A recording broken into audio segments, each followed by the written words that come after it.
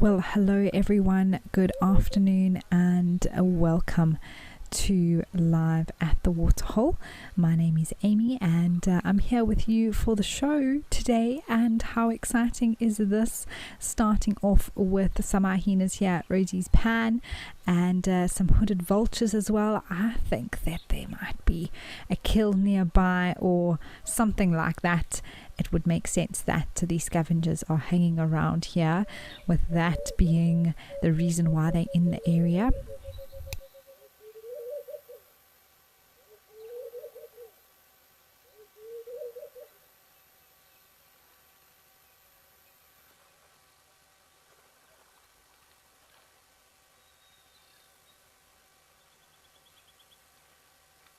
Now remember, of course, that this is a live and interactive show, so please do chat to me.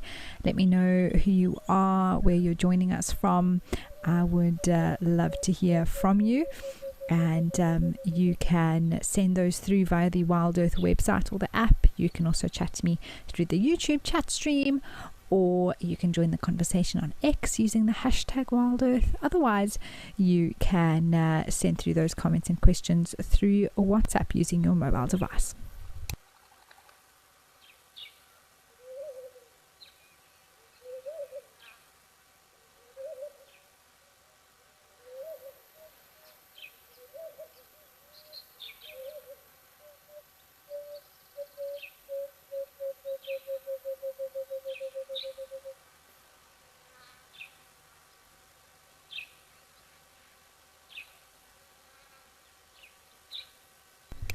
Mercedes, hello, yes, welcome. It's great to have you on board. Happy Sunday indeed. And like I say, it's not often that we have our hyenas on screen. I've had them a few times, but very special to see them here in Olifants West Game Reserve.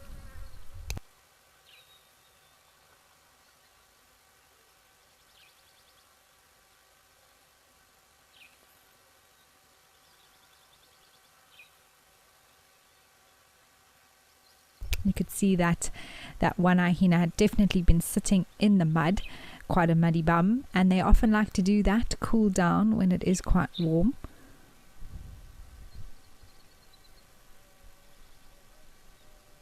Brazen Hearted, you're saying hello from Texas in the US. Welcome.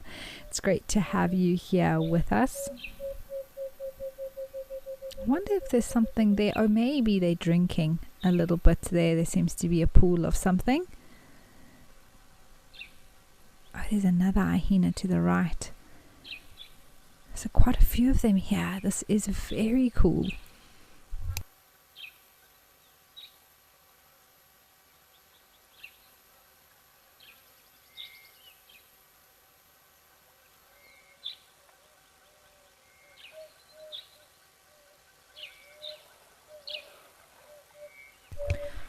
Okay, so I believe there are some bones of what is a kudu behind this tree, which makes sense as to why they're hanging around here. Oh, did they chase the vultures? Oh, this is awesome.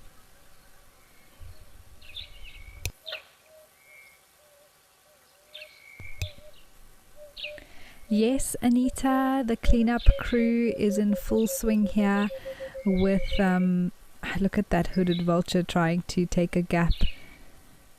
I think I've just seen 2 hyenas. I'm not sure if there are more. But it's often the hooded vultures that are quite brave. And they're some of the first ones to try and get closer to the carcass.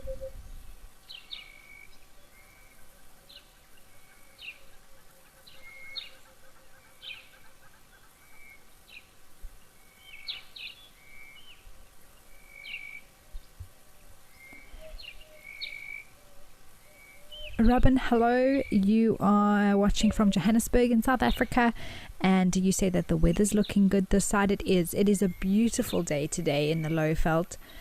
After the 2 days of quite chilly weather, a little bit of drizzle around, it's really warmed up nicely, but not too hot that it's unbearable.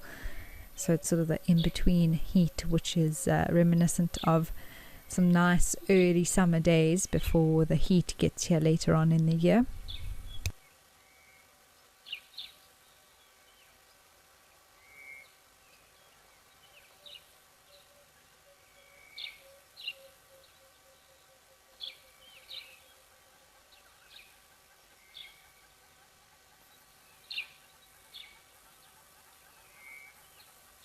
I think that might be the carcass there. Just have to see if it tries to pick anything up. Looks like it wants to maybe bite something. Now, I'm not sure if there's more to the story in terms of this kudu carcass. If it was seen, something else was seen here, whether it be something like lions or a leopard, and then these hyenas have taken the remnants of it or stole the kill completely. There's lots of could be's for the scenario. There's the carcass. Yeah, you can see that's a big male kudu. Wow. That's sort of the bottom jaw, or the head upside down.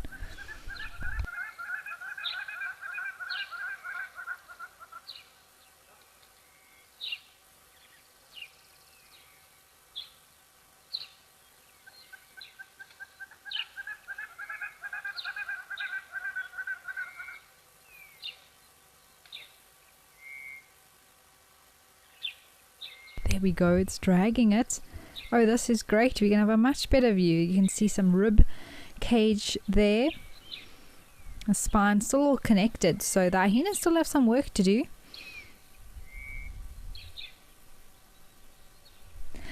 Tyson, you're from Zimbabwe and you say that you like spotted hyena. They are such awesome animals, and very cool to see how they work and what they do and how extremely intelligent they are, and such an important part of the ecosystem out here. And my word, that one has a very full belly.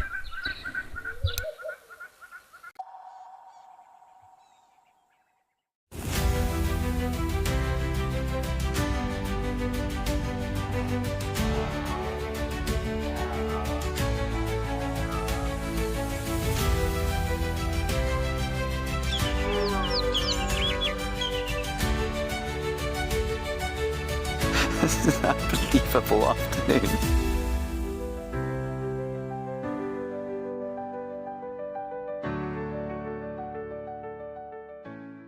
The Wild Earth Impact Foundation is a non-profit that uses the power of wildlife storytelling as a force for good. We create sustainable development projects that showcase conservation stories, empower people, and inspire environmental action. As a registered South African PBO, you can make a tax-deductible donation to the Wild Earth Impact Foundation.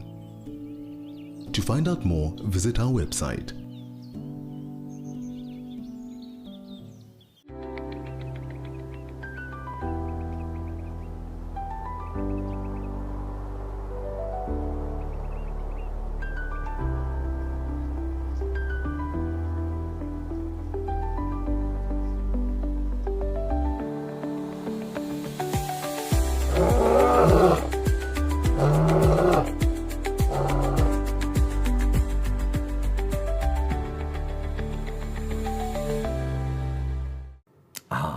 The bush, full of beauty, wonder, and absolute chaos. And now, all that madness has its own show.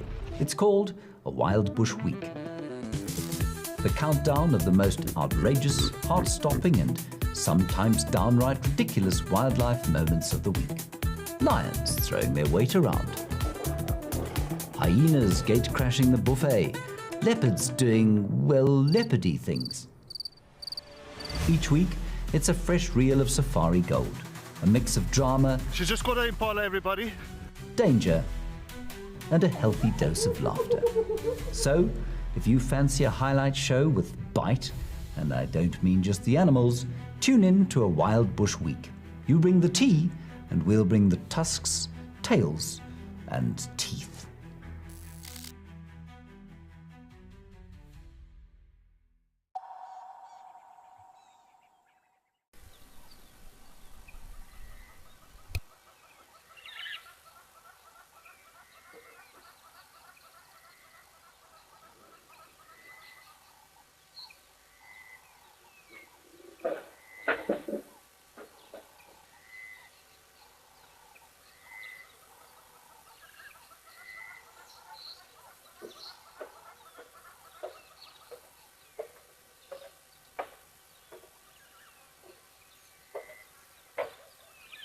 You can see that the hyenas, they're just watching. I wonder if it's going to chase them.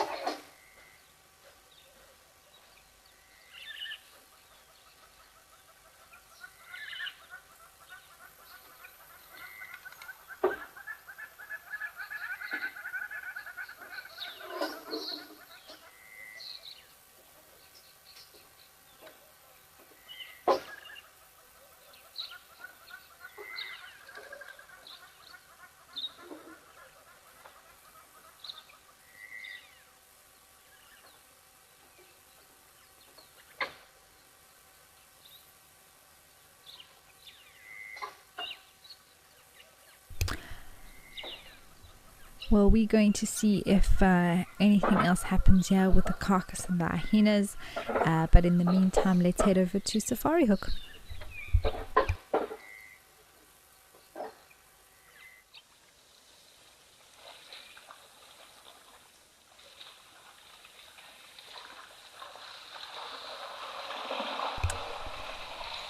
Wow, well, this waterhole has also been so busy, and here we have some zebras drinking, but also quite a lot moving off already. A blue wildebeest in between there.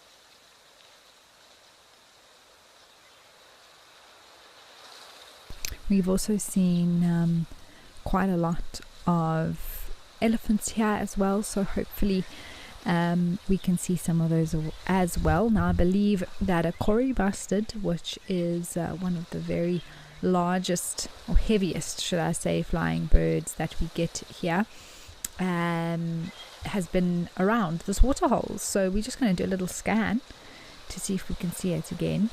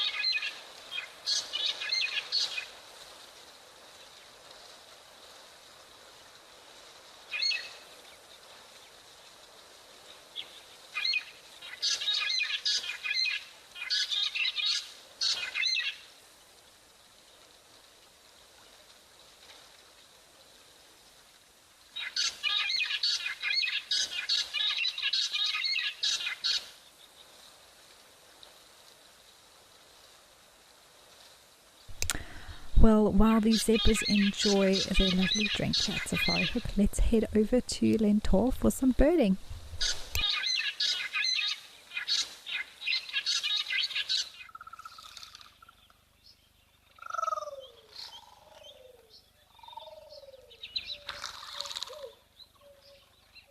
Oh, very cool.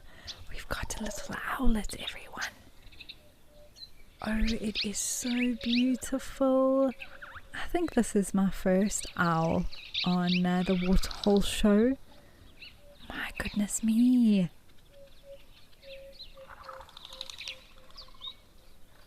This is very special. You can see how small it is compared to, this is a big anna tree.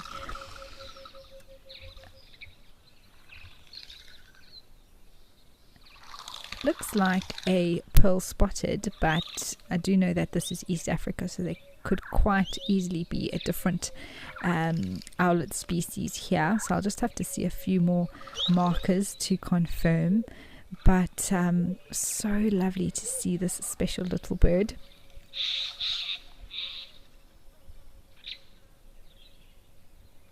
It does look like it's got the false eyes at the back of the head there, which is what pearl spotted owlets do have. Wow, look how that neck moves around.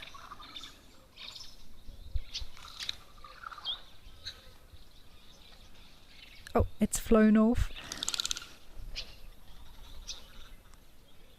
Yes, Roslyn. Oh, the pearl spotted owlet call it's iconic, isn't it? You just can't mistake it really for anything else unless you have a drongo that's trying to mimic the pearl spotted. There it is. It's just landed there. Oh yeah, you can see the streaking on the breast now.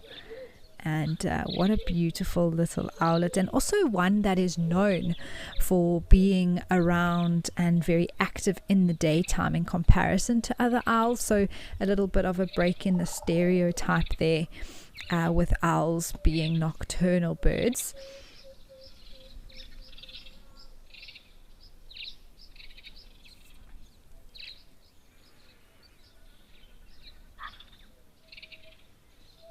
And quite an incredible hunter, taking other small birds, snakes, other kinds of reptiles, small mammals.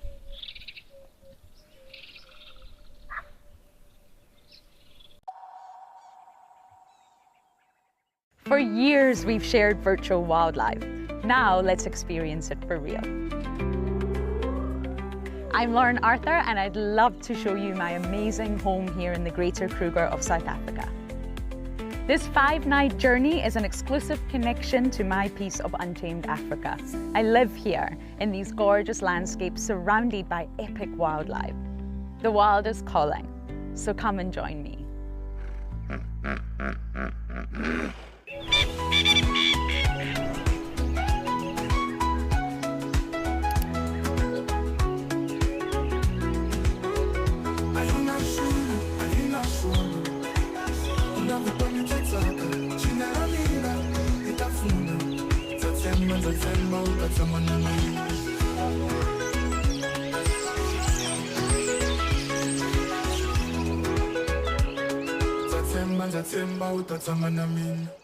My full name is Maxine Gaines. Best part of the job, gosh, I just love everything about guiding. I love being able to observe animal behavior and animals behaving naturally. So for me, that's by far the best part of the job. And so what we do here at Wild Earth is develop those connections with the people that are viewing, and maybe just light a little spark that says, you know what, I want to be involved in protecting this ecosystem.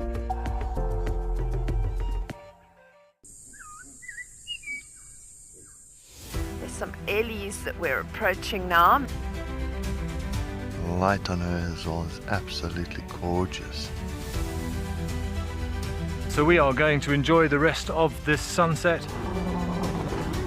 Wow, this is absolutely crazy. And thank you for joining us. For myself and Cam, we will see you next time.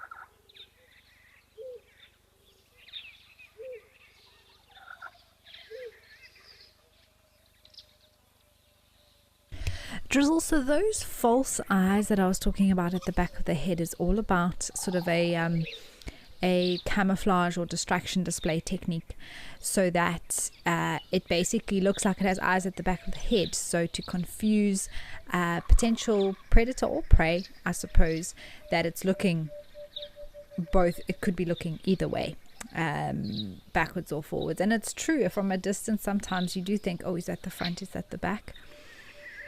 So I think it's all part of that sort of strategy that this bird uses.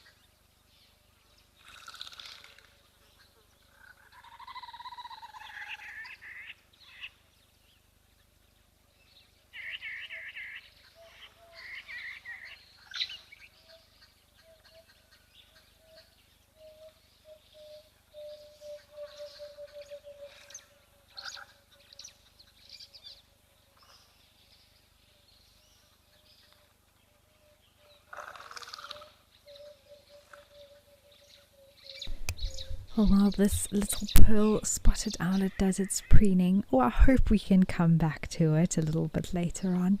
We'll see if it sticks around. But what a treat, everyone. This has been an amazing show so far. Let's head over to Serondela.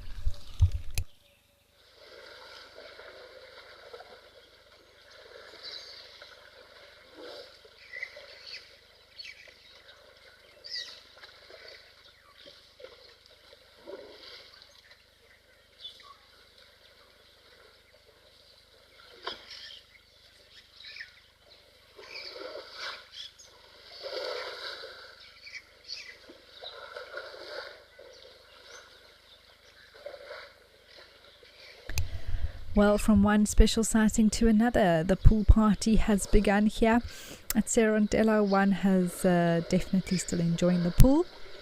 Lots of other elephants hanging out and cooling down at the waterhole.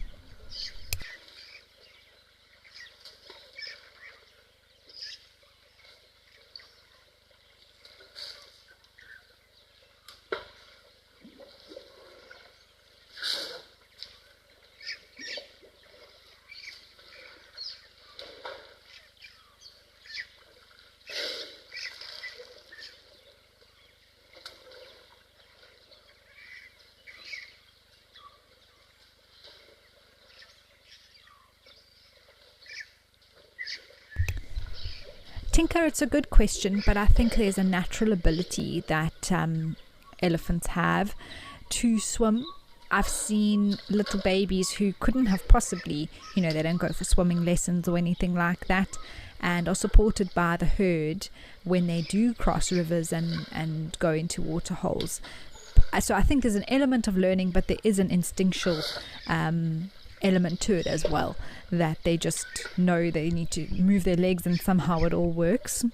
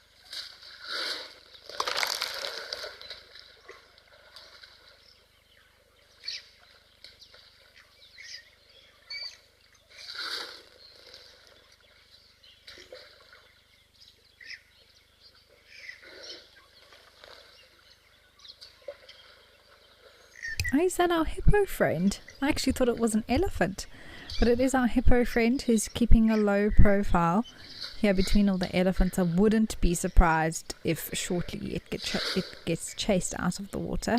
We've seen that happen so many times.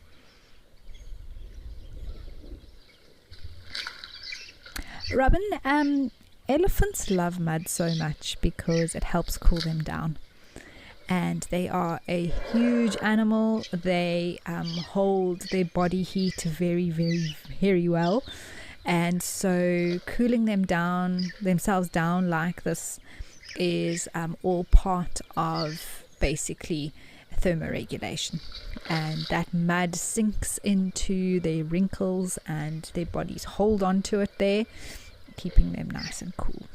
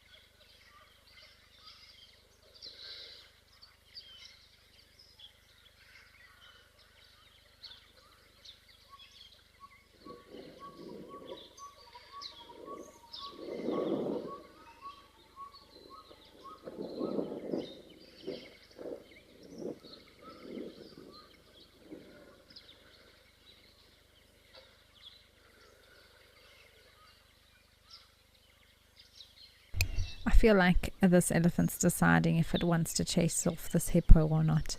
But elephants are also cautious. You know, they're not just sort of running up and chasing hippos if they don't feel like they need to.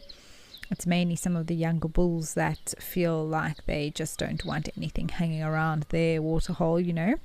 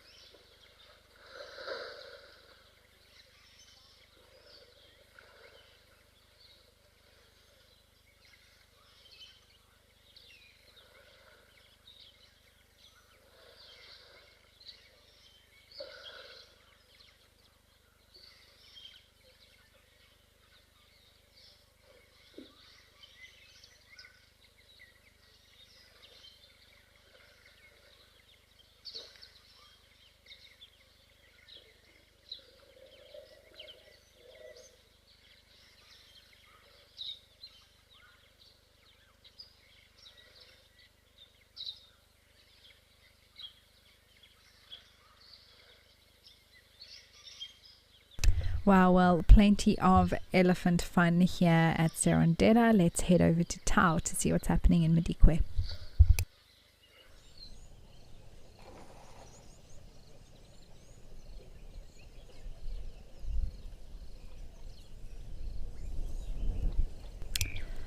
Well, another beautiful scene, and elephants there, but also some stunning kudu bulls. Wow, there's a waterbuck bull to the left in the water, but there's two kudus here that are Wow, those horns are just so impressive, aren't they? Here comes the second one, hopefully also heading for a drink. Just keeps checking behind it. I'm not sure if there's something there that's caught their attention.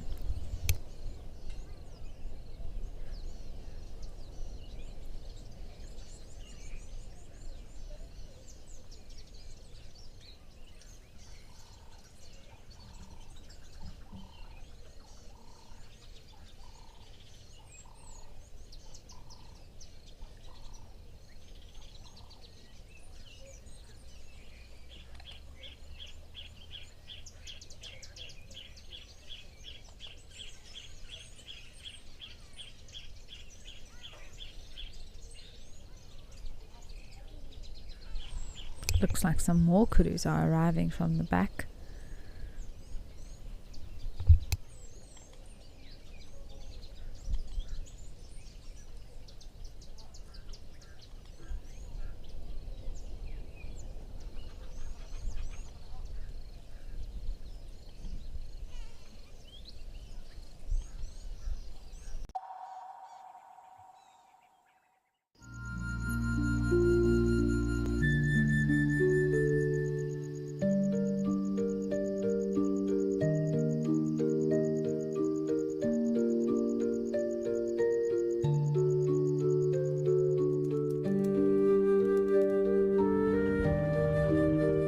This unfolds in front of you.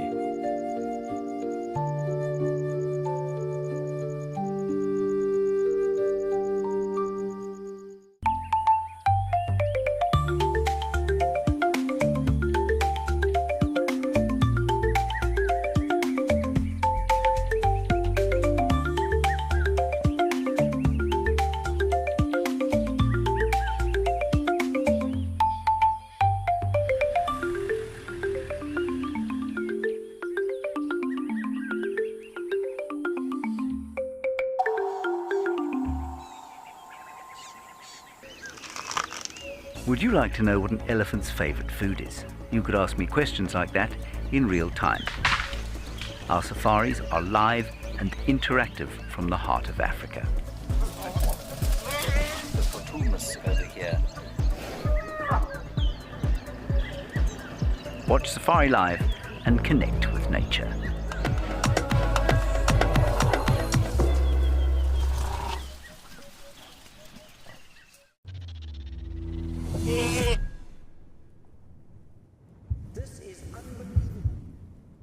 Oh, she's gonna catch it! Come on, Tommy! Watch this, we're about to see a kill.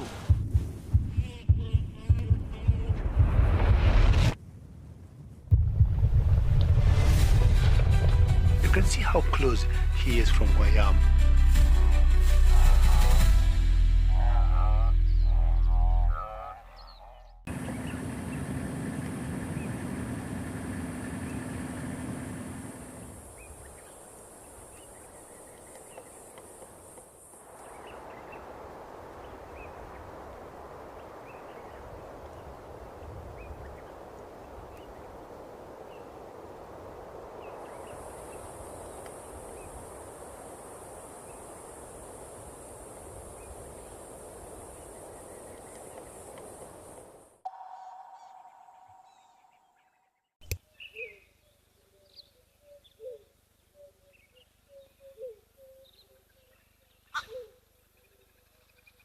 Could also be a long-tailed starling. We'll just have to see more detail to confirm.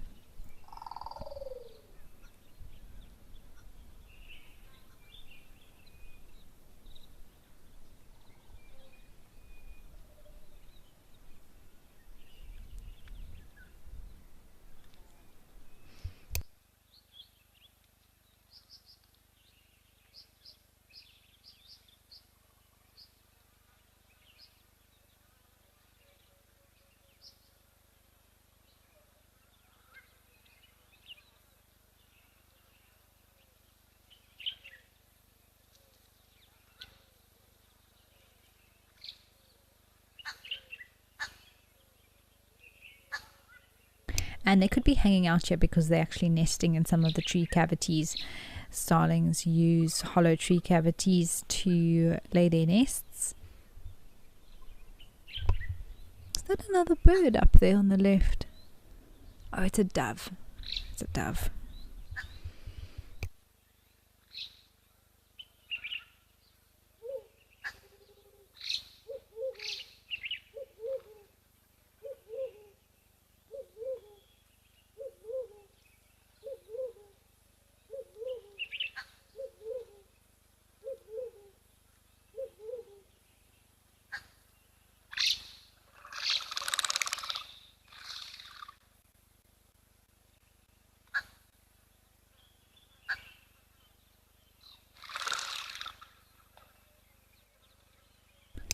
Those look like they're hoopoes now, though. They've got stripes on the tail.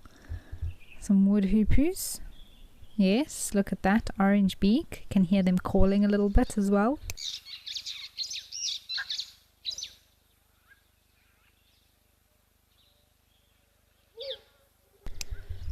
Very pretty colours. I thought they were maybe then from a distance if the starlings' tails had grown, but clearly we've got some wood hoopoes here now. Wow, those colours are gorgeous, aren't they?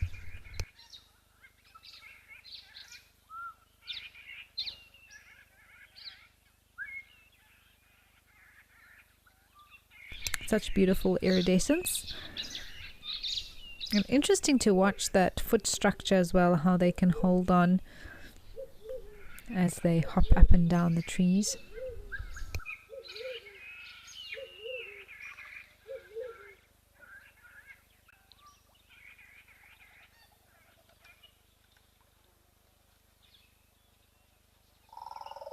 Oh, Anita, I'm so glad you can appreciate birds like this. They are beautiful, and when you get into it, it's a lot of fun. Wow, this is a great view of this wood hoopoo, just to appreciate the colours. Alright everyone, we are going to head over to some giraffe at Founders.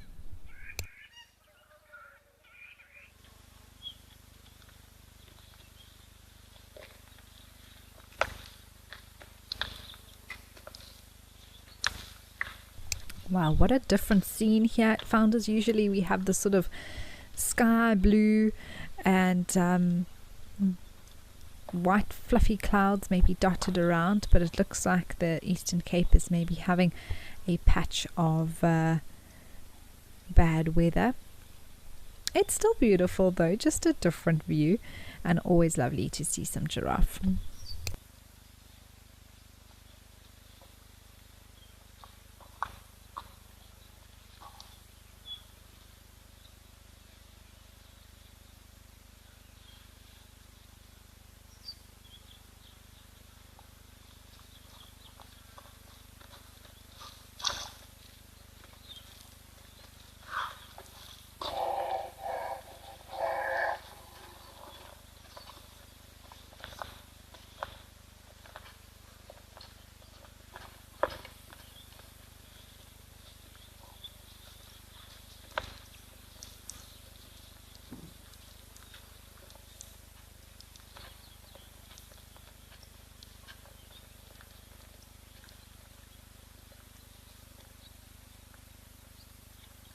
So Calvin, giraffe don't do that because they don't have the same sort of, I suppose, needs that an elephant has, and also the same type of skin and skin coverage that elephants have in order to absorb that water or mud to go into the wrinkles and keep them cool.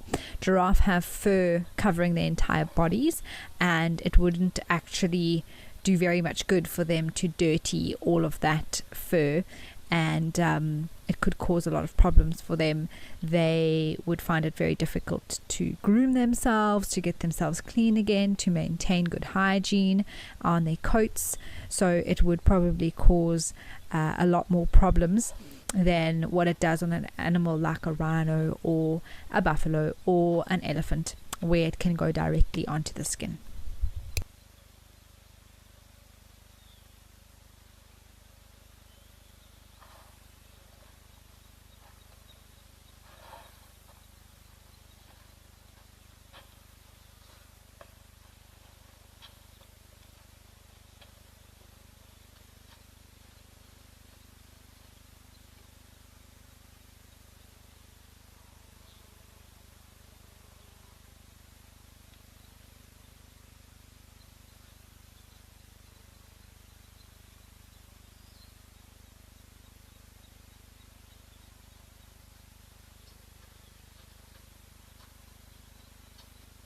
Okay, well, now that these giraffe have moved off, let's head over to Jack's camp.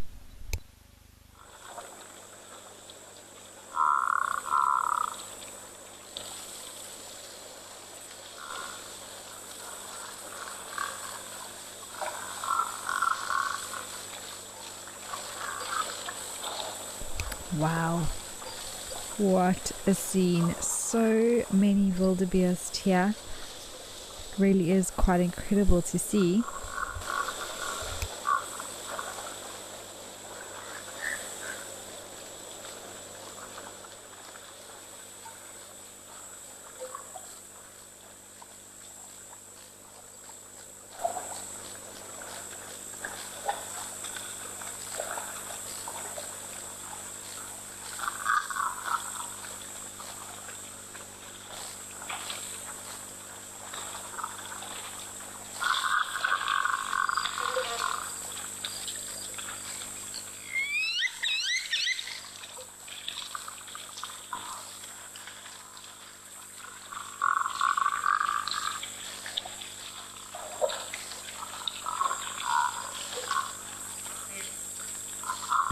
So Tyson, yes, giraffes may be ruminants, but they are not part of the same family as antelopes. So antelopes belong to the Bovidae family, whereas giraffe belong to the Giraffidae family. So therefore, the one, even though they both practice rumination, they don't belong to the same family taxonomically, and are grouped separately, and that is why they are not classified as antelopes.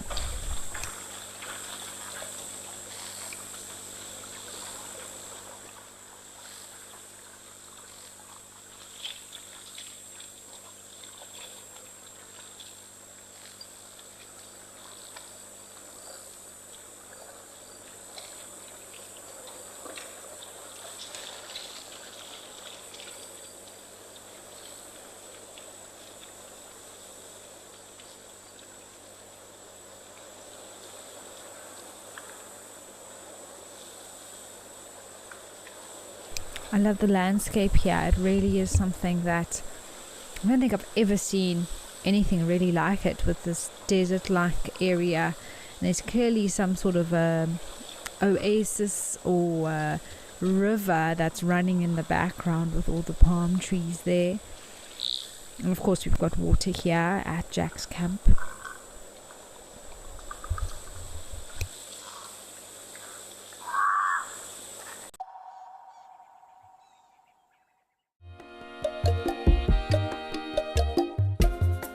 My name is Amy, and today we're going to be doing things a little bit differently.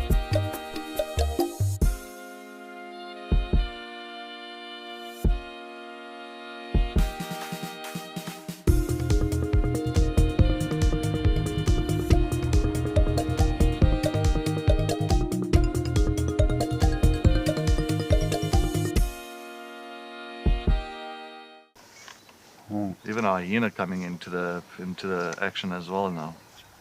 Oh my word! She's stalking the hyena now. Leopard, hyena, lion, all together in one shot. Oh!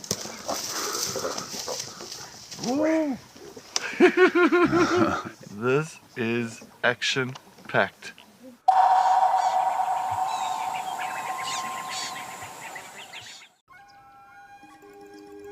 Do you want to know why impala are the most common antelope we find here in the Kruger National Park? You can ask me questions like this in real time. Our safaris are live and interactive here in the heart of Africa. Join me on Safari Live. Connect with nature.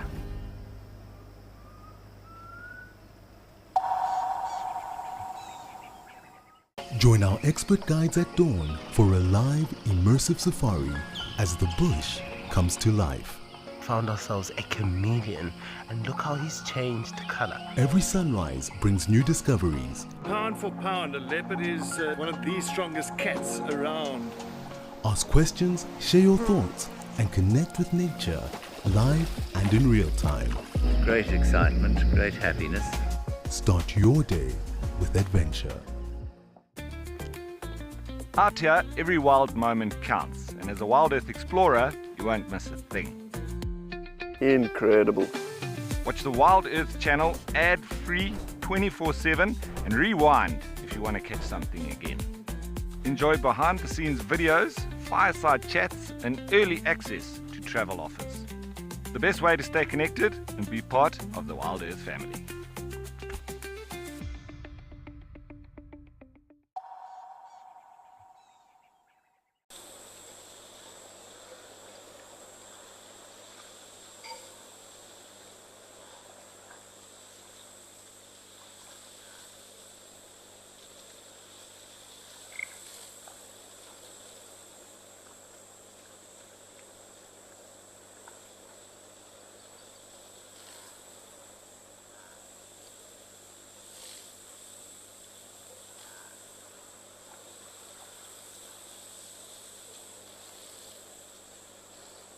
Oh, there's something running down to the water. What is that? Is that a... Was that a wild dog? Or was that a jackal? I'm not sure. Something just ran down and went off to the left. Did anybody else see that? I'm sure it looked like a dog running. My goodness. But it might have been a jackal. It might have been a jackal. They do have a similar trot.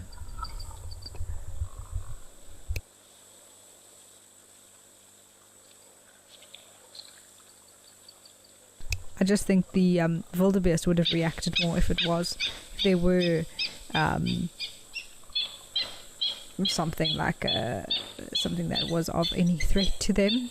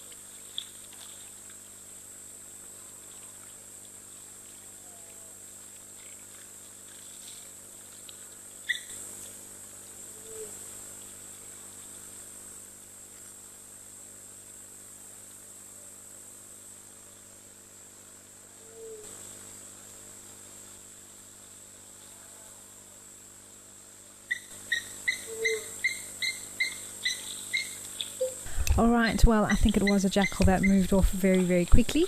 Let's head back over to the hyenas at Rosie's Pan.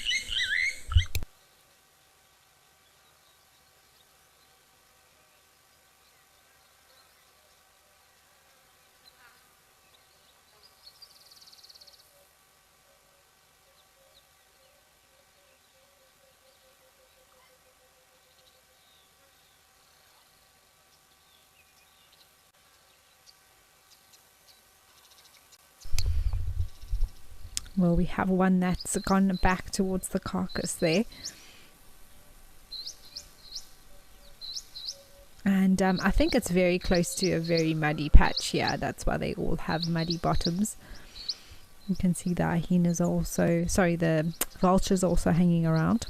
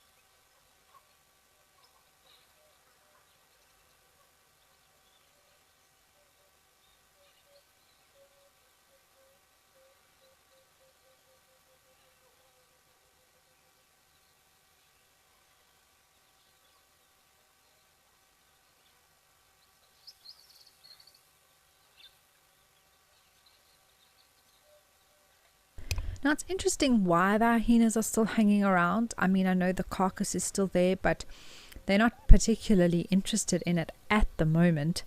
Maybe they're just waiting to digest and have a little bit of space before they eat some more. But it's odd. I mean, it's really almost midday here for them. It will be warming up. You would expect them to maybe head towards some shade, but they don't quite want to give up. It's going for that hooded vulture. They don't quite want to give up ownership of these bones just yet.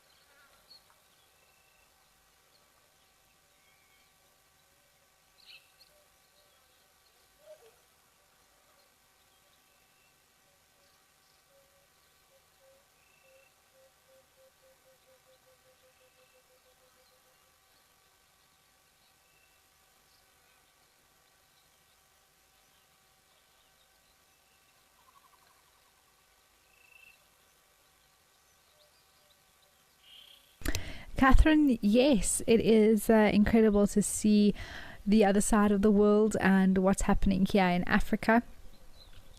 And what always astounds me is that scenes like this are taking place all over the continent all the time.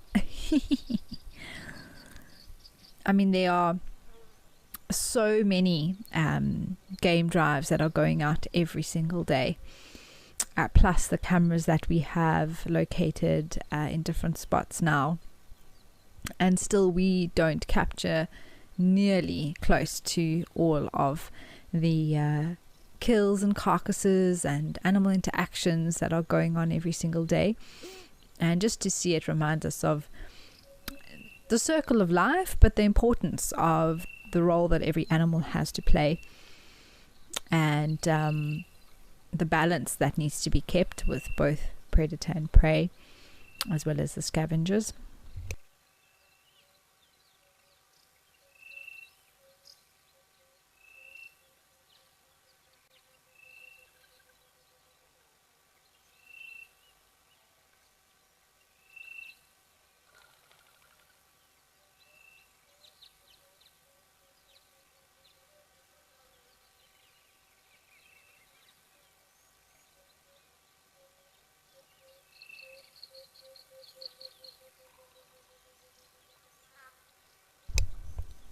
Well, now that the vultures are coming to try and get a snack, let's head up to Kenya.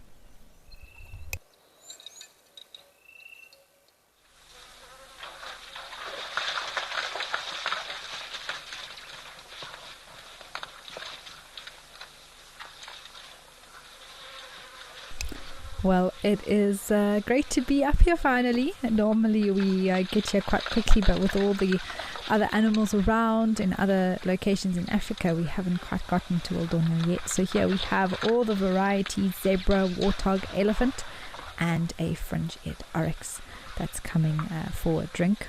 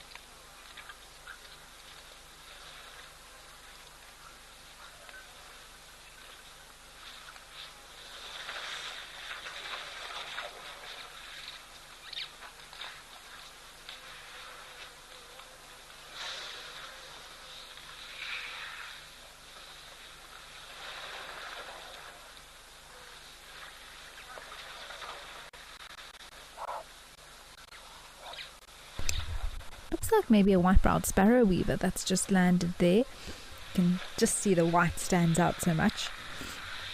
And lots more clouds around today here. The sun not coming through like it was yesterday.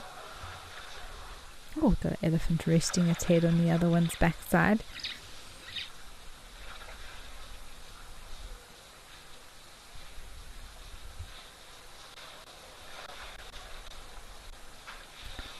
That sort of interaction often is linked to dominance, and with one trying to sort of show that it's more dominant over the other by putting its head above the other one.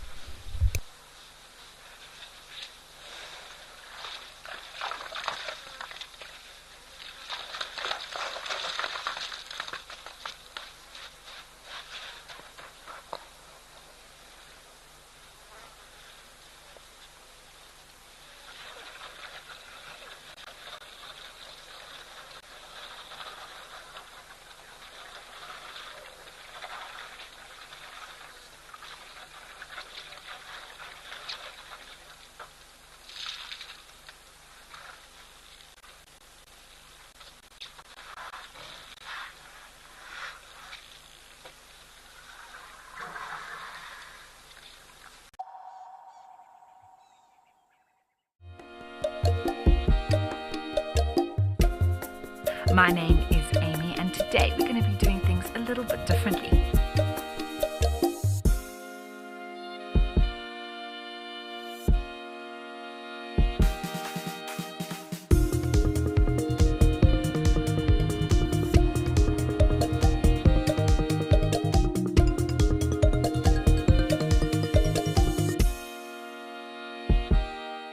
At Wild Earth, we believe every story has the power to create change.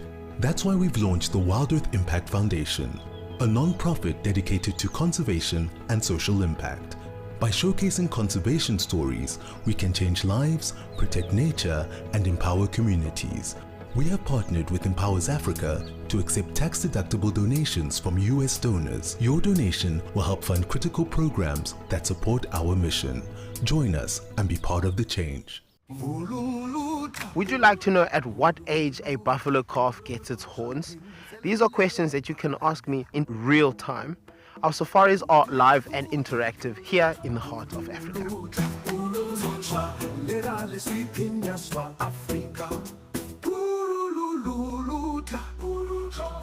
Join me on Safari Live and connect with nature.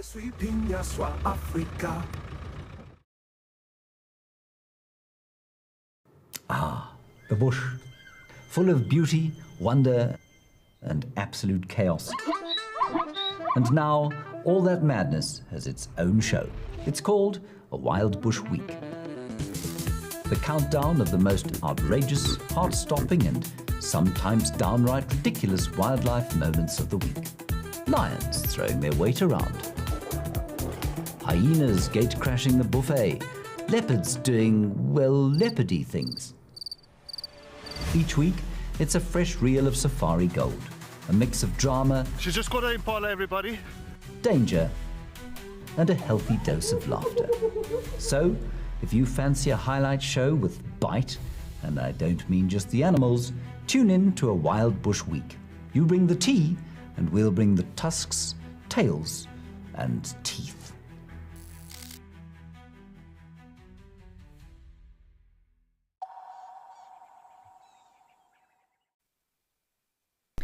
I feel like this angle is makes one appreciate just how low down a giraffe has to get to have a drink.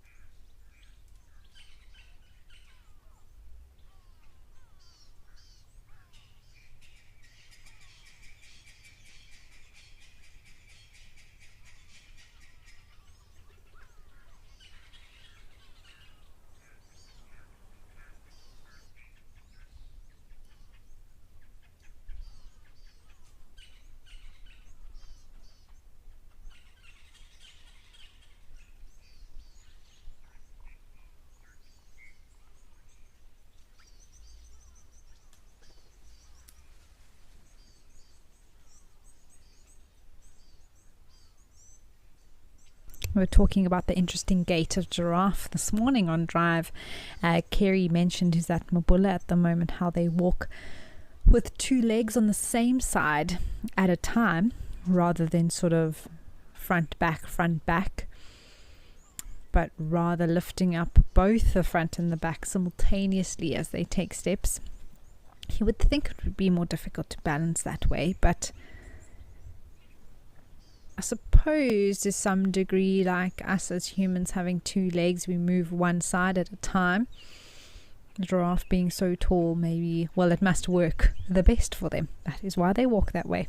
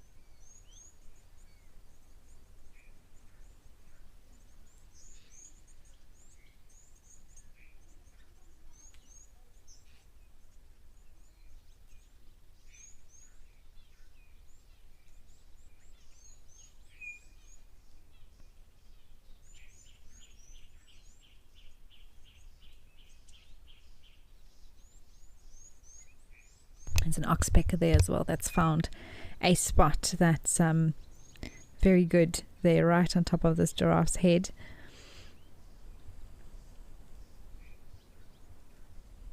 And quite a big female giraffe. You can just see that she's quite a large individual.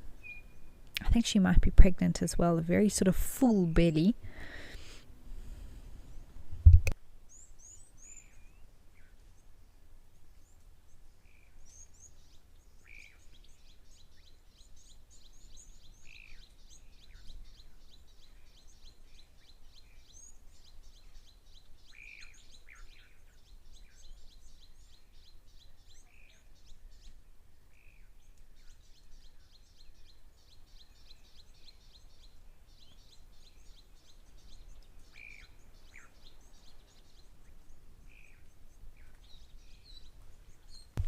Okay, well, we're going to head over to some birds at Onguma.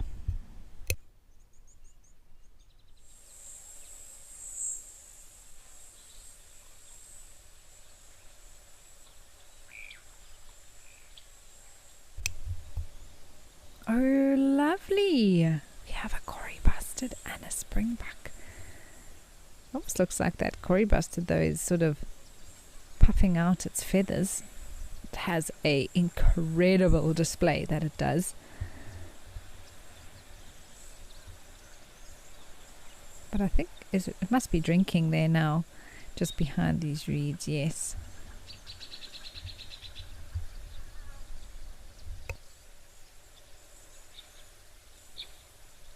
This was the bird we were talking about earlier that we were hoping to see, and here it is, the Cory bustard.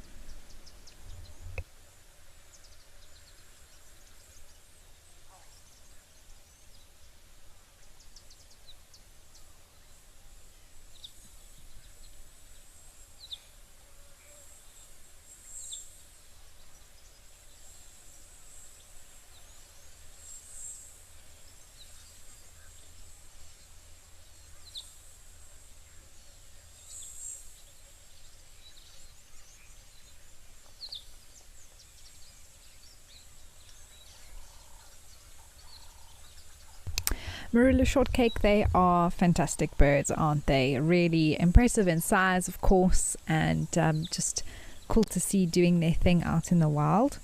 You say that you've seen them at the Pilanesberg. Yeah, I've seen plenty in the Kruger as well, sort of around between Letaba and Mopani camp particularly, but they can occur anywhere within the savannas.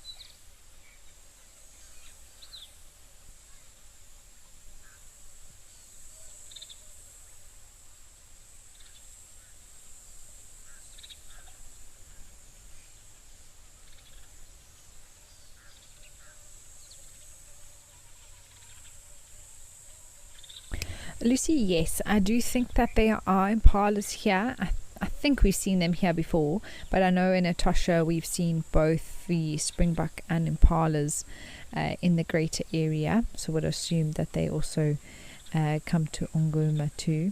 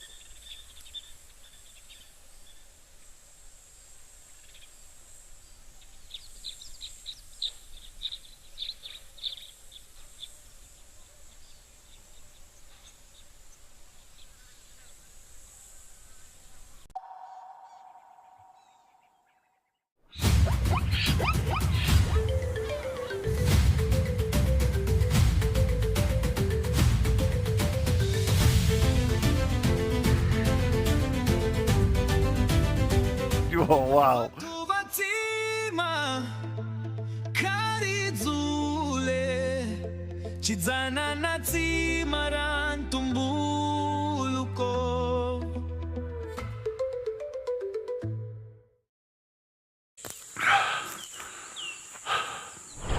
What does it take to handle the wild? Balance. Determination. Focus. Yaku!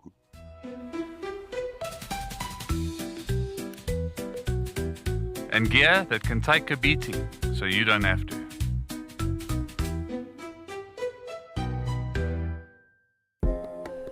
Would you like to know the difference between a male and female wildebeest? You can ask me questions like this in real time. Our safaris are live and interactive here in the heart of Africa.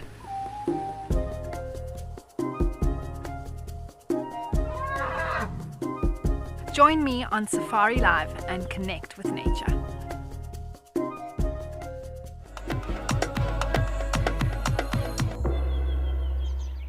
And that's it for this morning's drive.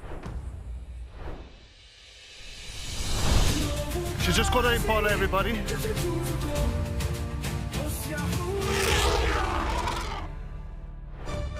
And we're going to be heading out and seeing what animals we can find.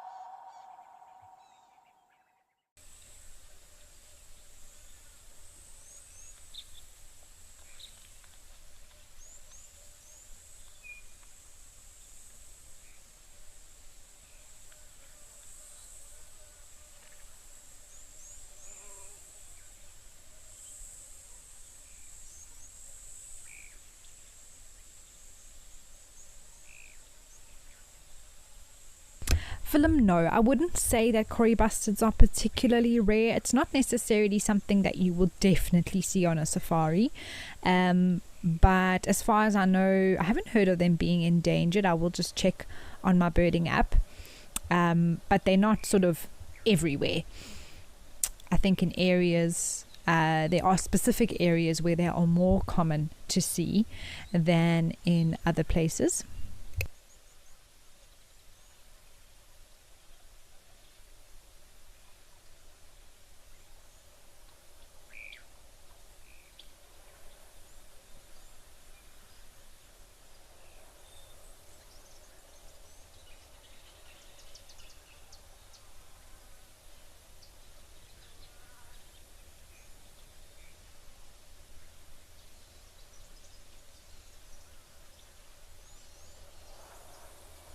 So the conservation status is actually vulnerable in South Africa. So they're not endangered or very threatened, but they are vulnerable, which means that if we don't ensure that we look after their habitats and be aware of their breeding and how they are doing, in other words, they need to be monitored, and we need to care about what's happening to them and to ensure that their numbers don't decrease further.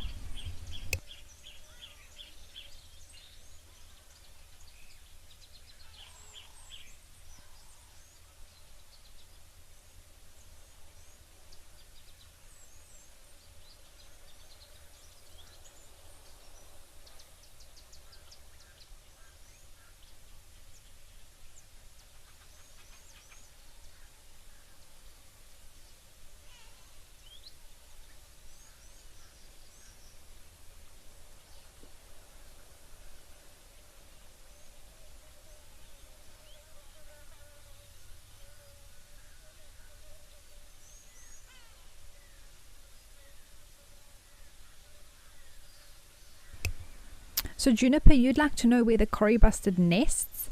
They nest on the shallow unlined scrape in the ground, basically, and that is where they lay their eggs. All right, while this Cory bustard finishes its drink, let's go and look at some baboons.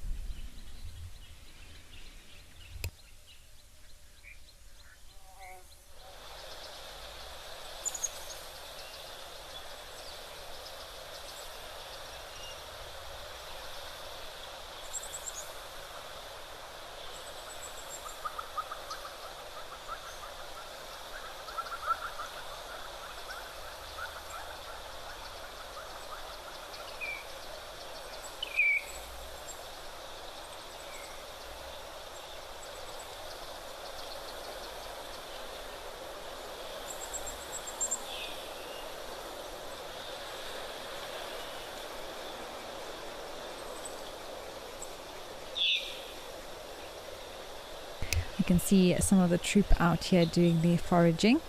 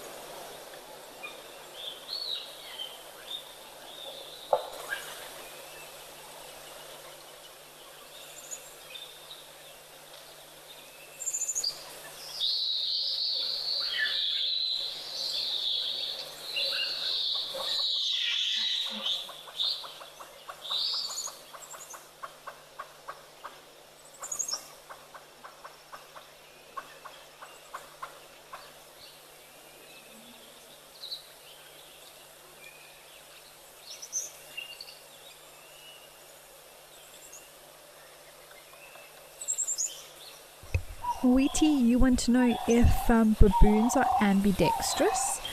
Well, I definitely think they can use both their hands. We see that all the time. Now, in terms of being able to use both in like a human can, for example, to write with both hands. Oh, there's an agama on that tree. Very bright blue with the orange head. Wow.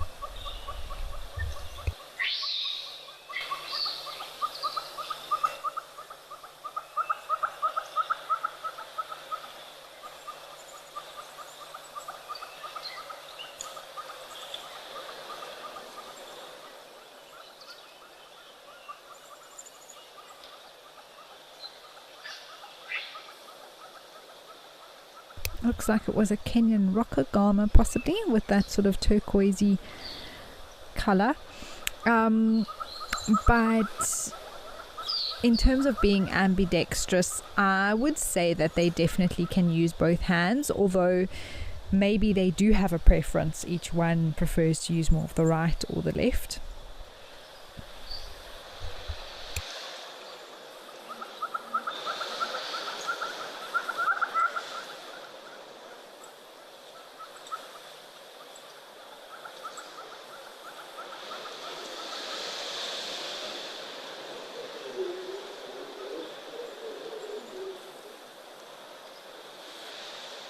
Oh, it looked like a male wanted to mate there with the female.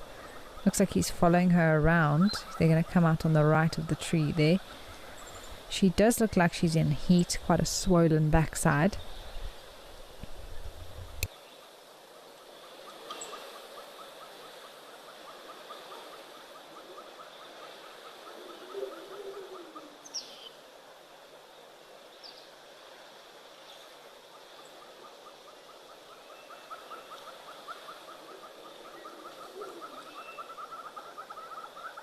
What a beautiful reptile that is. My goodness me, it almost looks very much like the color, the turquoise at least, of that of a lilac-breasted roller.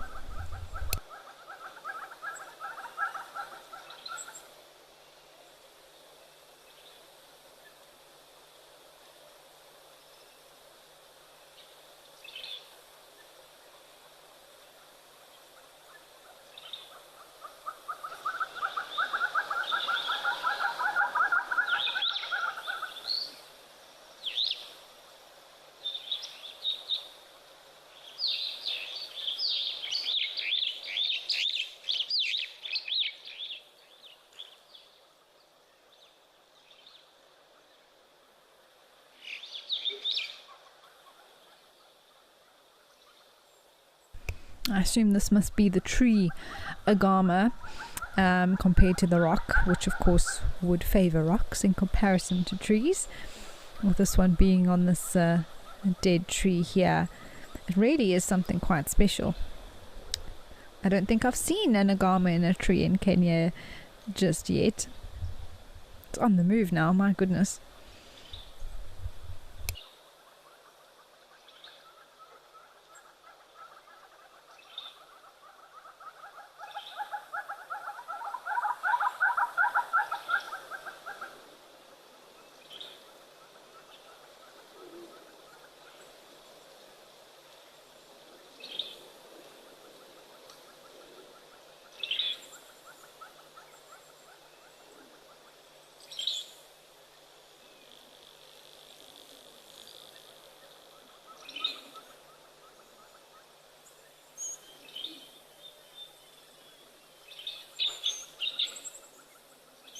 Kim, it is a beautiful lizard, isn't it? Oh, there's another one on the left. Ooh, this is interesting. I'm not sure if it's the same species. That normally the females are similar coloration, just not as bright. Could be a completely different a lizard or gama or skink completely.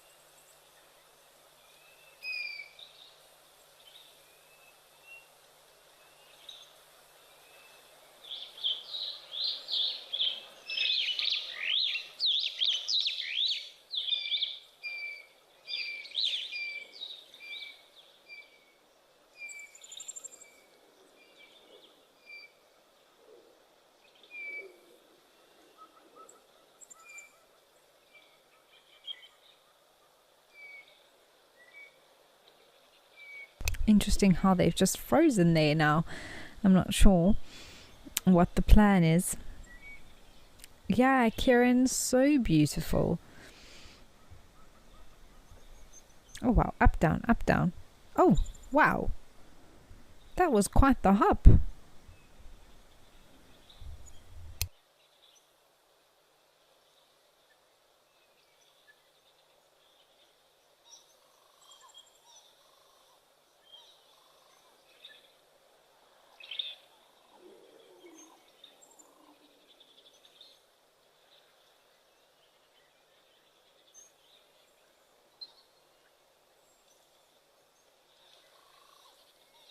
I wonder if I'm sure he is interested in her.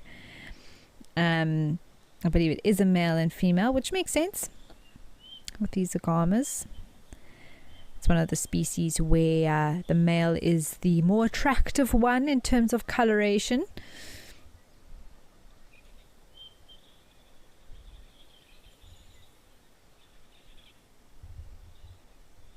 She's also quite a bit smaller than him.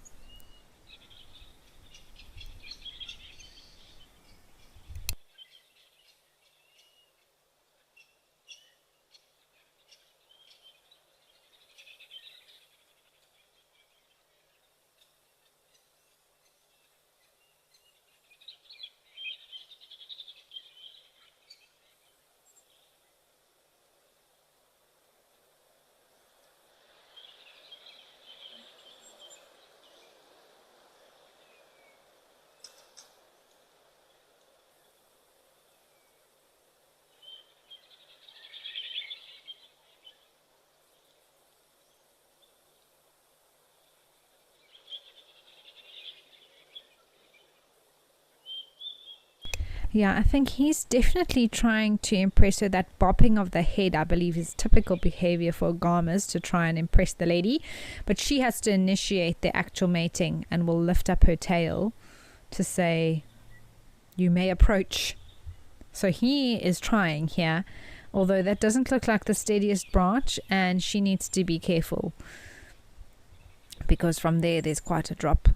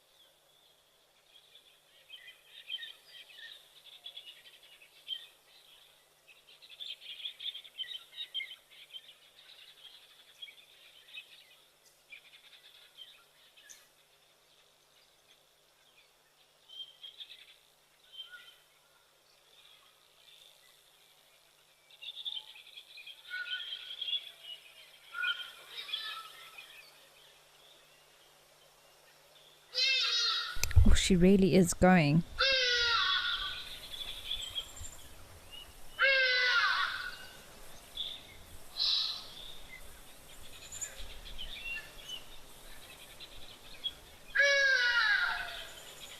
I don't know if she's going to do a loop around or what her plan is to get away from this guy. Oh.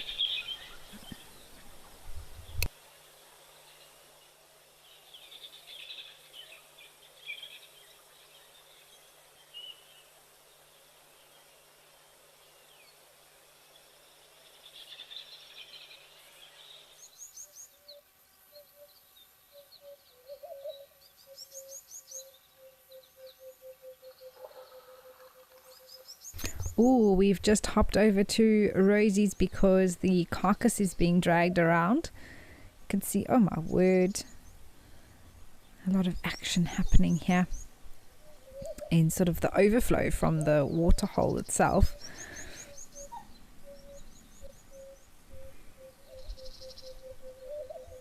It's so cool to see these hyenas so active in the day.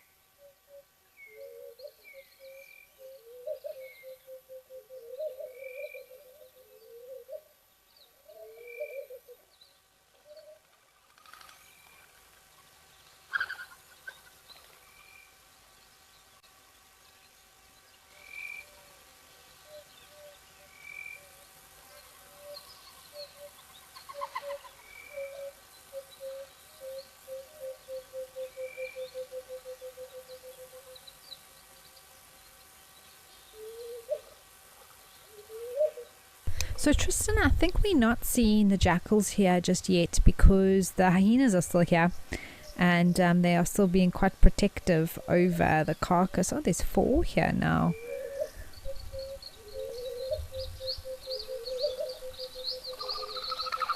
Yeah, Mr. Ellie, we have had an action-packed episode.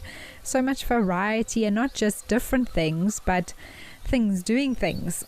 Oh wow, it's dragging it more. You can just see the horn sticking out there now.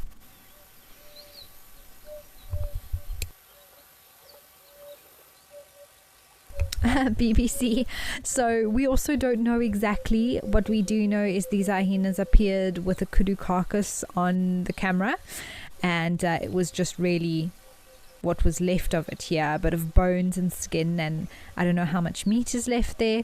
So we're not sure if this is the hyena's kill, but I do think maybe they took it from some lions perhaps, or even a leopard could take down a kudu, although this is a big male kudu, so I would lean towards it being something that was taken down by lions, but we don't know for sure at all. And there's been some vulture activity around here, and 4 hyenas that have been hanging about right here in the overflow of Rosie's pan. Moiti, we don't know if the hyenas made the kill themselves. I don't think we know the story at all, other than the hyenas dragged the kill onto screen earlier today, I believe.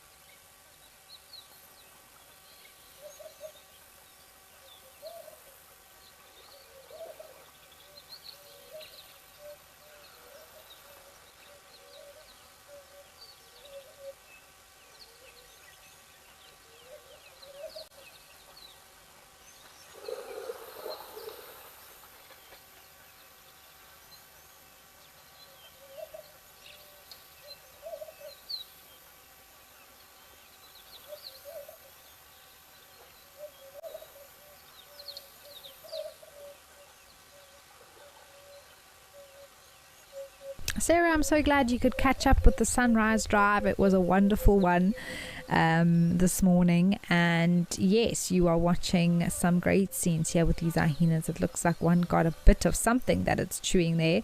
The other one's trying to come in and see what it can get as well. Kieran, anything's possible. I mean, likely in the Lowveld that hyenas are more to scavenge than hunt themselves. It's quite a rare occurrence to have them take something for themselves, whereas in East Africa that's a lot more common. And with it being in the day, absolutely, if there's an opportunity, they will take it.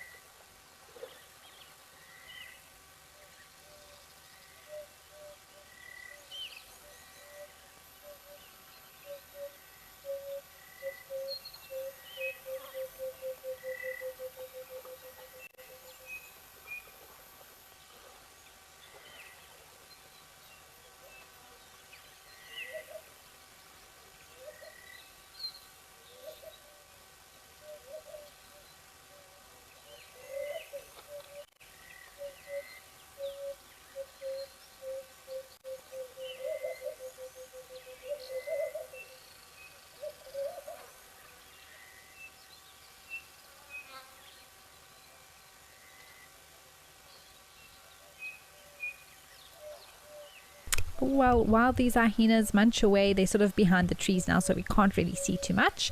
We're going to head over to some buffalo at Serondela.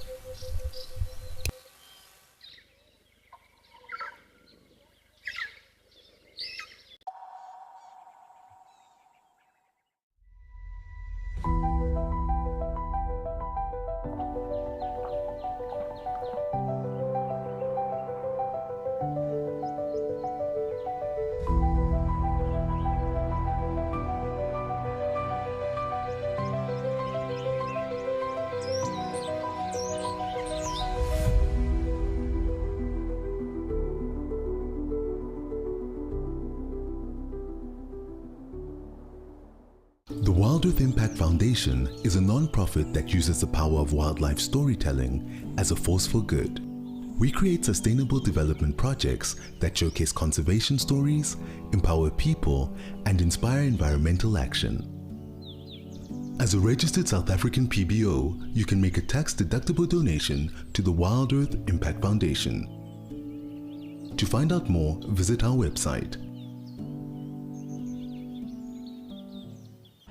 My full name is Cedric Leslie Dold. I grew up mostly in the Lowveld. I grew up here pretty much on the southern side of Kruger National Park, a place called Marlow Park, for most of my years. Something surprising about myself, I did play drums in a band for many years. Best sighting I presented, we found lumber in the two cubs, and the cubs are just way big.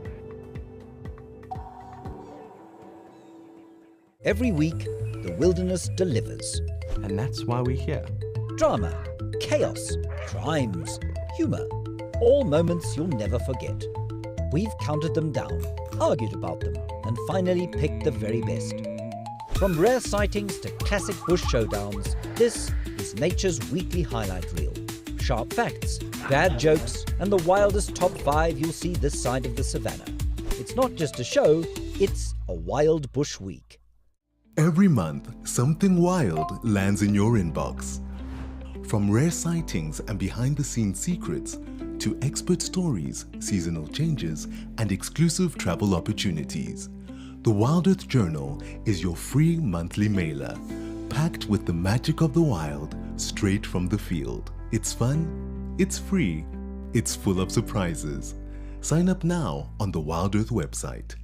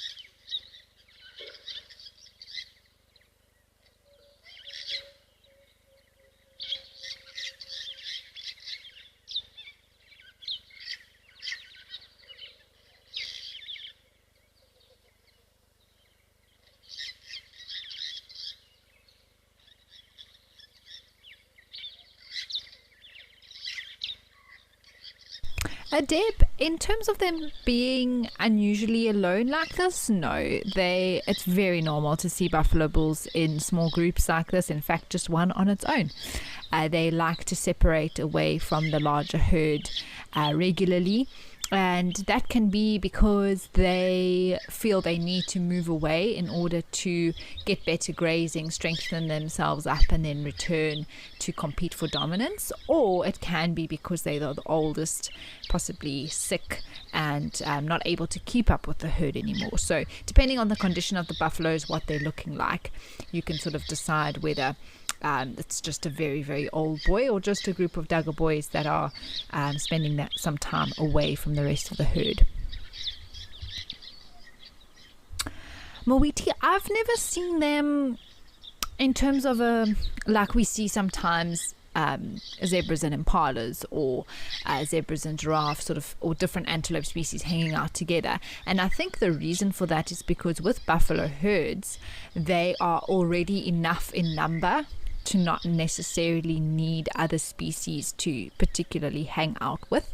You might see them in an area with others, but they don't necessarily mix together and form like a massive mixed herd of one thing or the other. But if there's a common sort of an area where there's one particular waterhole, you'll definitely see them mixing with other animals to be able to get water.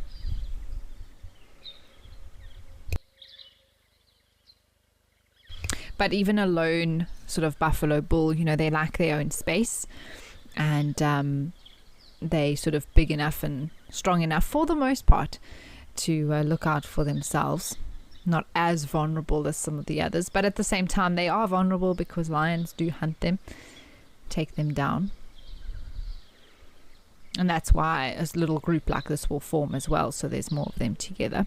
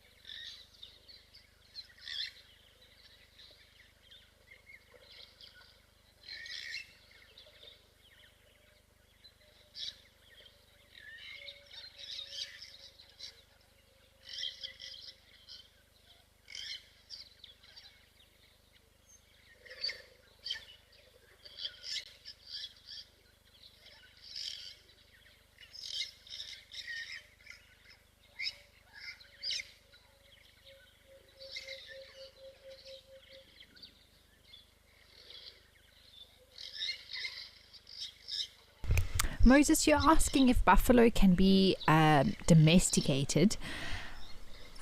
Moses, I think basically the domesticated version of buffalo would be cattle, and they are a lot more subdued and non-aggressive in comparison.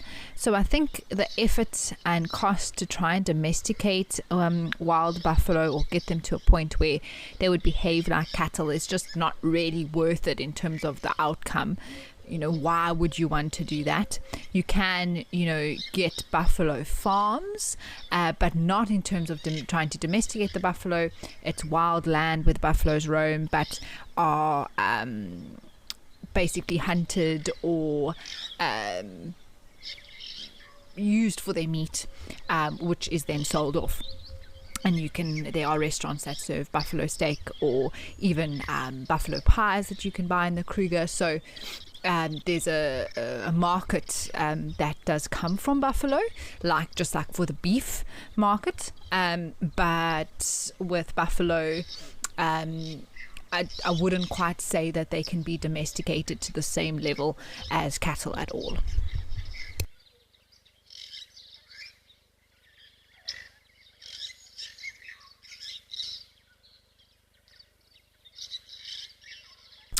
Well, while these buffalo enjoy Sarandella, let's head over to Safari Hook.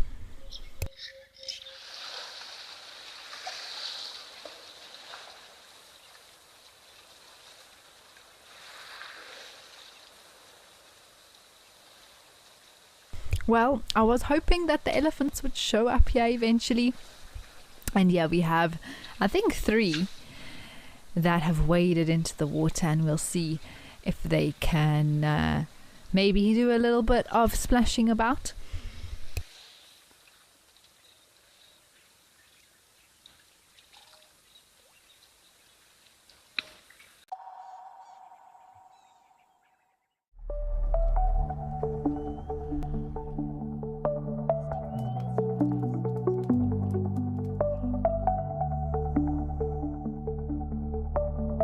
Let's go and take a look. See you out there.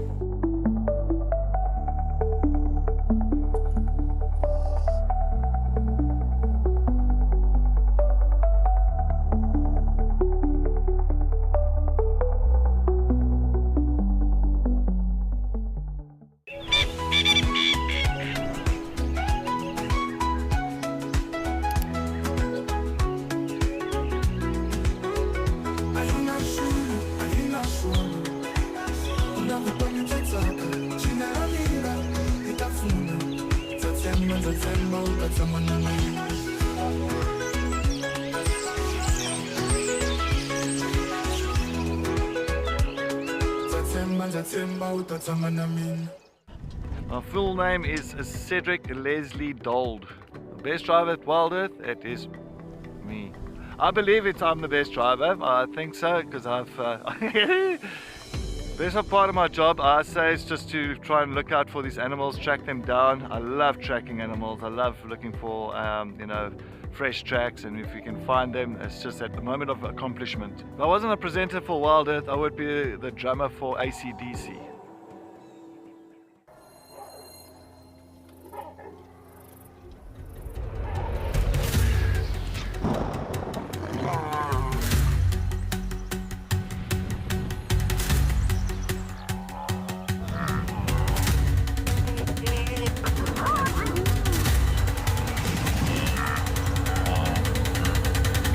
Wildlife spectacle on planet Earth. We'll see you there.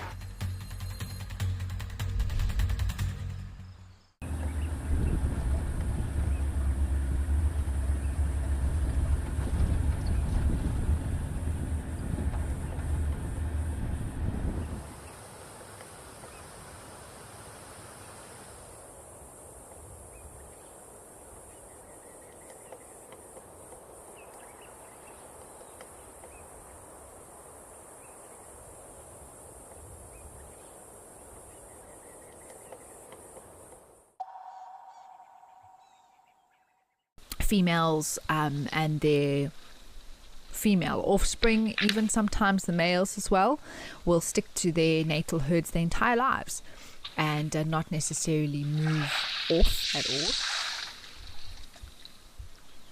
Wildlife lady, it's such a pleasure. Today's waterhole was amazing.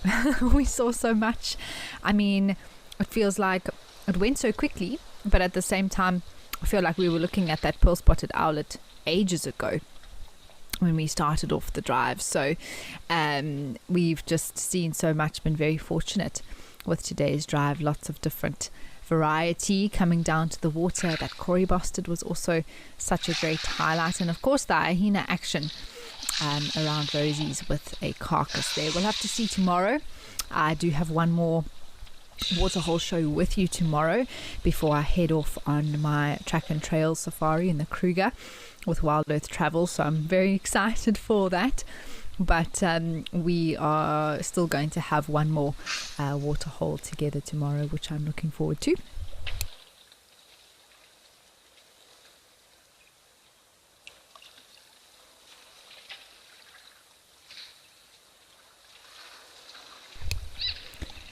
And yes, I'm hoping to look for a comedian this evening as well. It would be great to find them. All right, I think we're going to head back over to those hyenas at Rosie's Pad for the last few minutes of the show.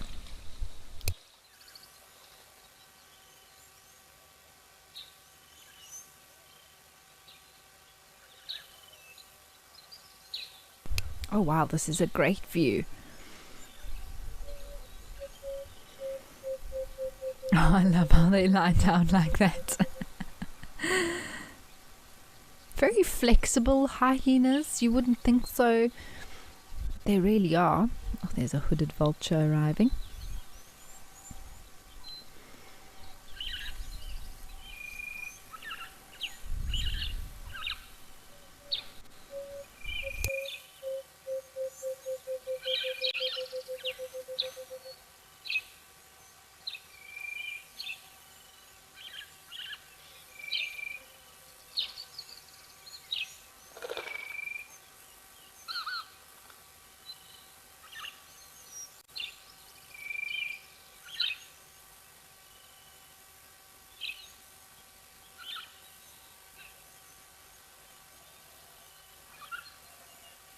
Spas, it's a pleasure. I'm so glad that you enjoyed the show today, and like I say, it was really a wonderful one. And thanks to everyone for sending through comments and questions.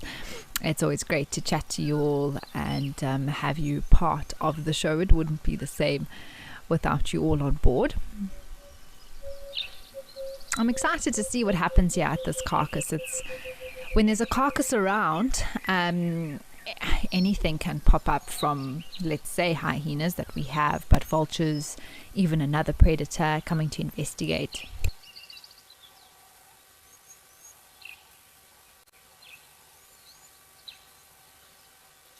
And some very brave vultures as well. That seems very close. Yes, I thought so.